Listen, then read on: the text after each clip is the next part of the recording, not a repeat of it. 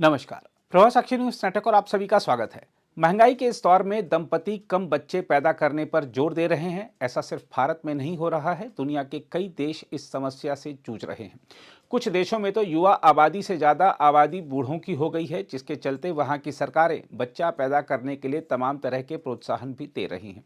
लेकिन दुनिया के सबसे ज्यादा आबादी वाले देश भारत में आबादी के बढ़ने की दर का घटना अब चिंता का विषय बनता जा रहा है। कुछ लोगों की चिंता यह है कि एक वर्ग तो अपनी आबादी बढ़ाने में लगा है, जबकि दूसरा वर्ग बच्चों का लालन पालन सही तरीके से हो सके यह सोचते हुए कम बच्चे पैदा कर रहा है, जिससे उस समाज की आबादी घटती जा रही है। ऐसे में चिंता यह उभर रही है कि कहीं भारत का सामाजिक संतुलन ही ना बिगड़ जाए। इसलिए जनसंख्या नियंत्रण कानून लाने की मांग भी की जा रही है, जिसका एक वर्ग विरोध कर रहा है। बीजेपी के पास चूंकि अब लोकसभा में अपने बलबूते स्पष्ट बहुमत नहीं है, इसलिए इस बात की संभावना कम है कि वह जनसंख्या नियंत्रण कानून लाए। इसलिए अब हिंदुओं से ज्यादा बच्चे पैदा करने का आग्रह किया जा रहा है।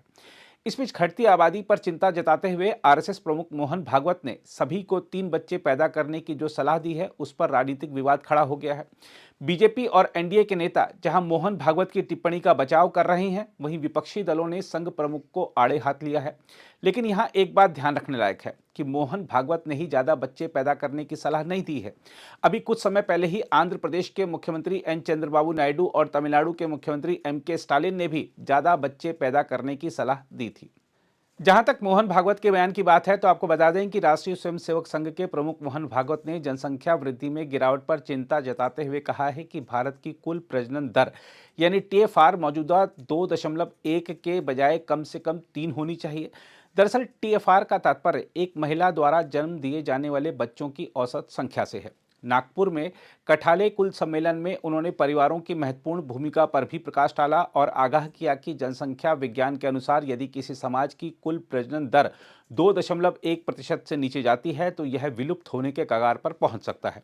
उन्होंने कहा, जनसंख्या में कभी गंभीर चिंता का विषय है। जनसांख्यिकी अध्ययनों से पता चलता है कि जब किसी समाज की कुल प्रजनन दर 2.1 से नीचे जाती है तो उसके विलुप्त होने का खतरा होता है। इस गिरावट के लिए जरूरी नहीं कि बाहरी खतरे हों, कोई समाज धीरे धीरे अपने आप ही विलुप्त हो सकता है। मोहन भागवत ने कहा कि इस मुद्दे के कारण कई भाषाएं और संस्कृतियां पहले ही विलुप्त हो चुकी हैं, इसलिए प्रजनन दर को 2.1 से ऊपर बनाए रखना आवश्यक है।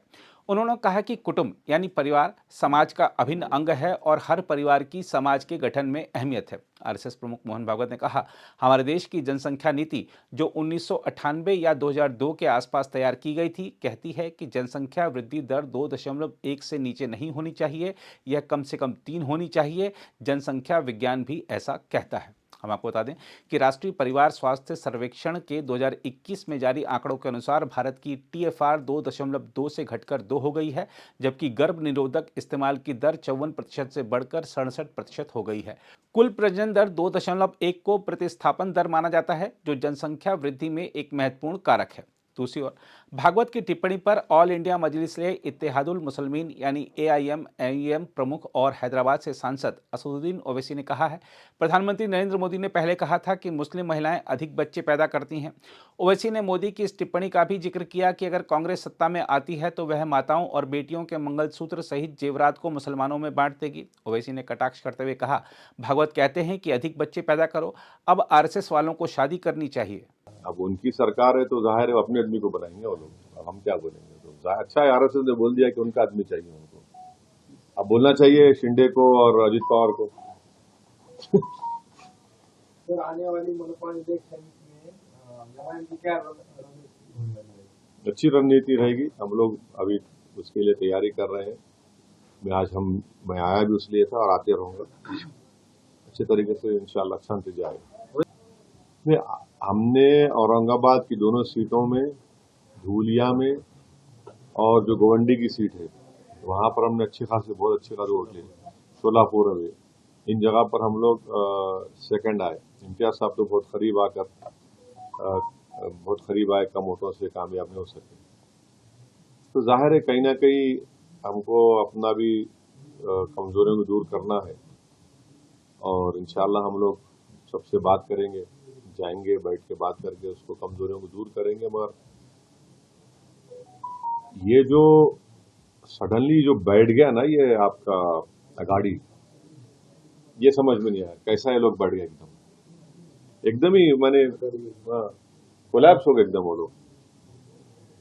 उसका रीजन क्या है मेरे को तो वो लोग तलाश करेंगे, पर हम अपना रीजन तलाश करेंगे। आप साथ में नहीं गए तो ऐसा लग रहा है, साथ में नहीं गए तो फायदे में रहे। दारांगे फैक्टर उतना ही काम कर रहा है। हाँ दारांगे फैक्टर नहीं, हम तो शुक्रिया अदा करेंगे हमारे मराठा भाइयों का, हमारे मनोज जरांगे साहब का, हमारे दलित भाइयों का, हमारे हिंदू भाइयों का, हमारे वोट दिए। मगर जो हमारा कमिटमेंट है मराठा रिजर्वेशन के बारे में, हम उसके लिए आवाज उठाते रहेंगे। हम उनको जाकर बोल कर आए इम्तियाज साहब। हम तो बराबर उसको भी करते रहेंगे, मराठा रिजर्वेशन के बारे में बोलते रहेंगे, सरकार से डिमांड करेंगे। हो रहा है। देखिए महबूबा मुफ्ती जो है बीजेपी के साथ मिलकर सरकार बनाई थी पहले, तो बीजेपी को बोलना चाहिए, इसके बारे में मैं नहीं बोल सकता। इम्तियाज ने अभी भाषण में कहा कि किराड़पुरे के लिए मैं अगर जा सकता हूँ तो अजमेर शरीफ के लिए भी जा सकता हूँ।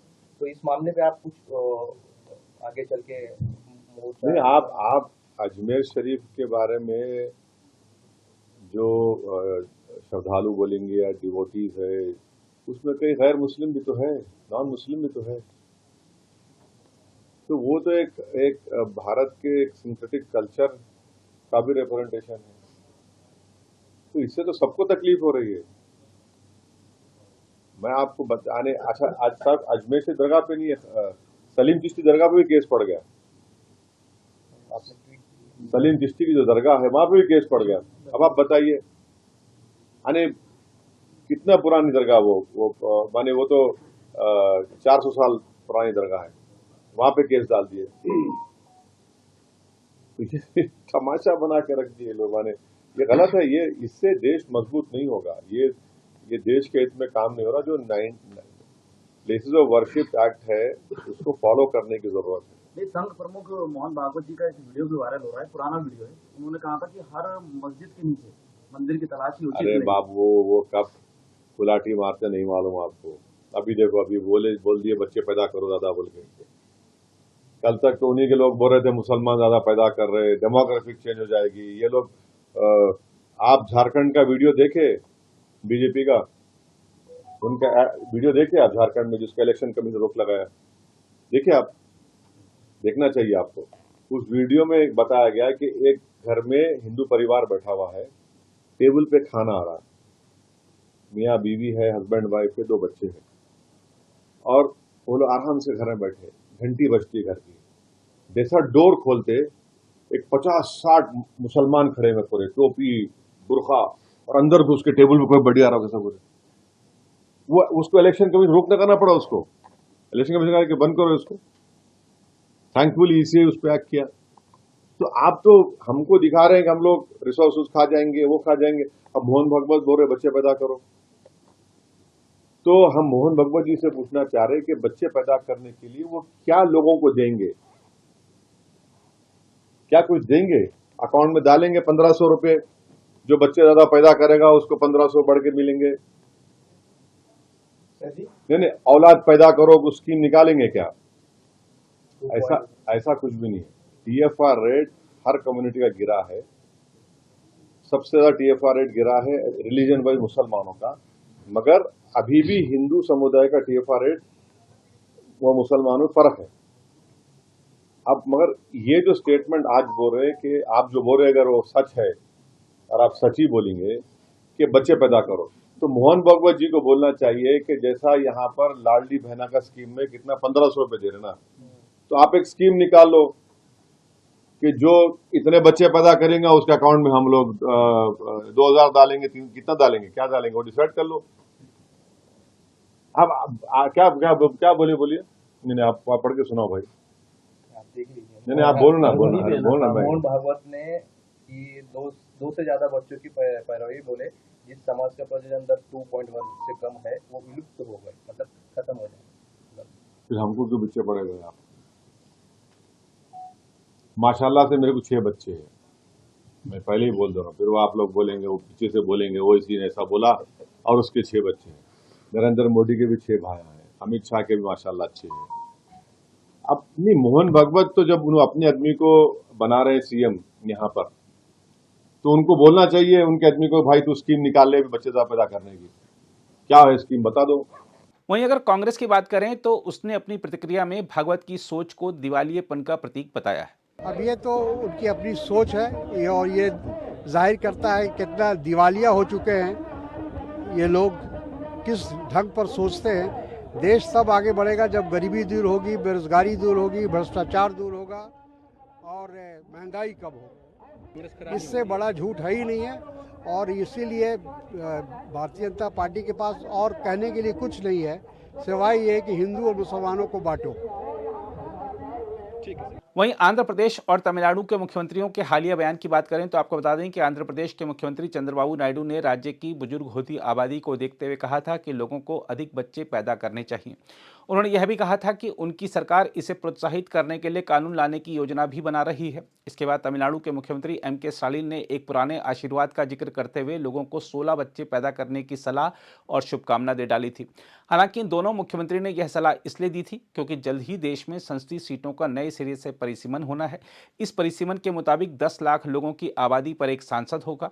दक्षिणी राज्यों ने जनसंख्या नियंत्रण के मामले में तो बेहतरीन प्रदर्शन कर दिया है, लेकिन अब इसकी वजह से वहां प्रजनन दर कम हो गई है, जिससे उन्हें डर है कि यदि आबादी के लिहाज से संसदीय सीटों का निर्धारण हुआ तो देश की राष्ट्रीय राजनीति पूरी तरह उत्तर भारत केंद्रित हो जाएगी। अगर आप भी लेना चाहते हैं देश दुनिया की तमाम जानकारी तो आज ही सब्सक्राइब करें हमारे चैनल को। साथ ही नीचे दिए बेल आइकन को जरूर दबाएं ताकि हर अपडेट आप तक पहुंच सके।